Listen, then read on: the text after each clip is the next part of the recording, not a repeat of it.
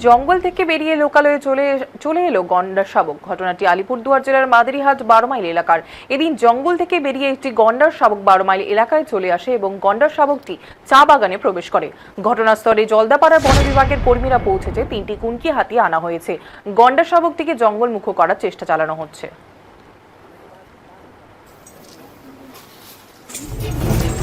নাকি বাস নেব কোনো কত